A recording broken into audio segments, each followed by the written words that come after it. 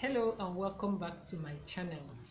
Learn Igbo language with Ada Igbo. I love Igbo language and I love you. In this channel, it is Igbo language simplified. And today, I'm going to teach you colors in Igbo language. Color in Igbo language means agwa. I know you will love to learn colors in Igbo language. We have various colors: white, black, blue, red, and so forth and so forth. I know you will enjoy this class and our teachings today. Learn Igbo language with Ada Igbo.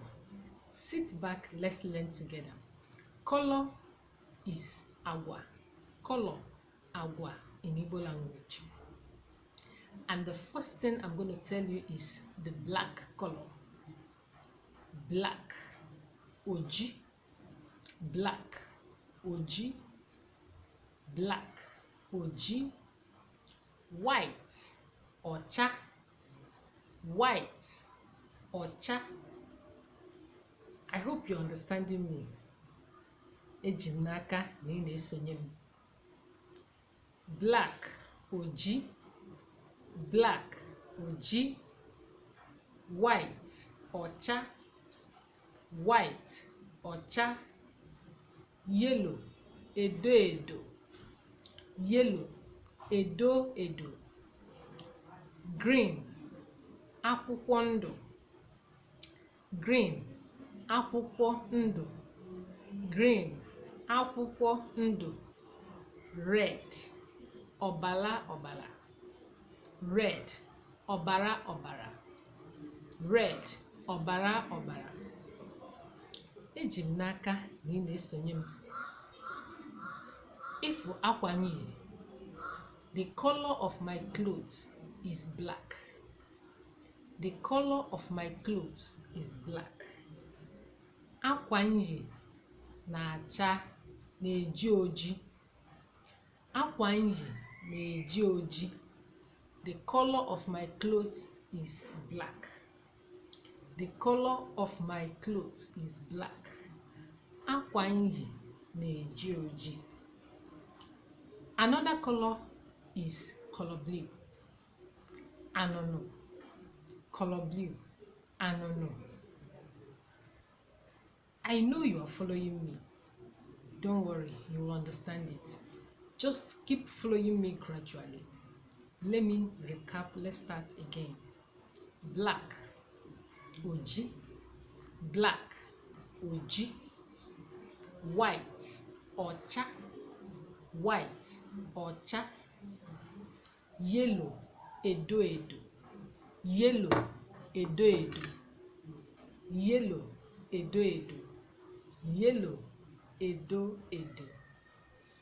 Blue, anono, blue, anono. Green, akwụkwọ ndụ, green, akwụkwọ ndụ. Red, ọbara ọbara, red, ọbara ọbara. Eji m n'aka na ị na-esonye. Hope you're understanding me. I am wearing a black cloth. Eyi m akwa dị oji.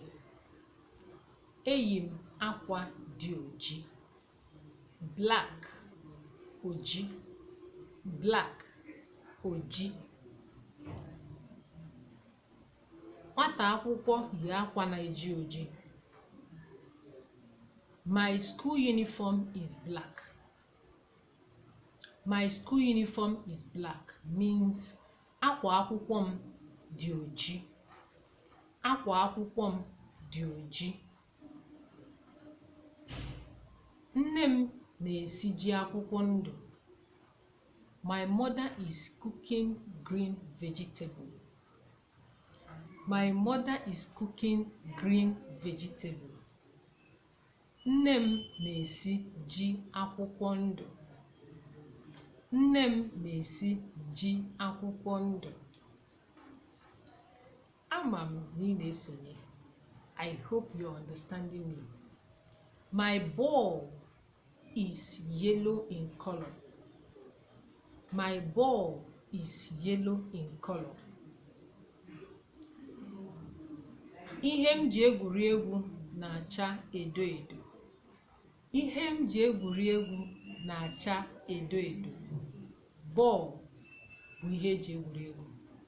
Ball bụ ihe eji egwuri egwu. Eji m n'aka na ị na-esonye. Ị bụrụ nwata Igbo sụwa asụsụ Igbo, Igbo amaka. Ị bụrụ nwata Igbo sụwa asụsụ Igbo, Igbo amaka. Ndewo. Ndewo bụ thank you. Ama m na ị na-esonyere m. Ama m na ị na-esonyere m. I know you are following. So this is where we're going to wrap it up in today's column. For now, learn this, go over this video again to learn the colors. Then we'll start again next time. Bye. Que mesia.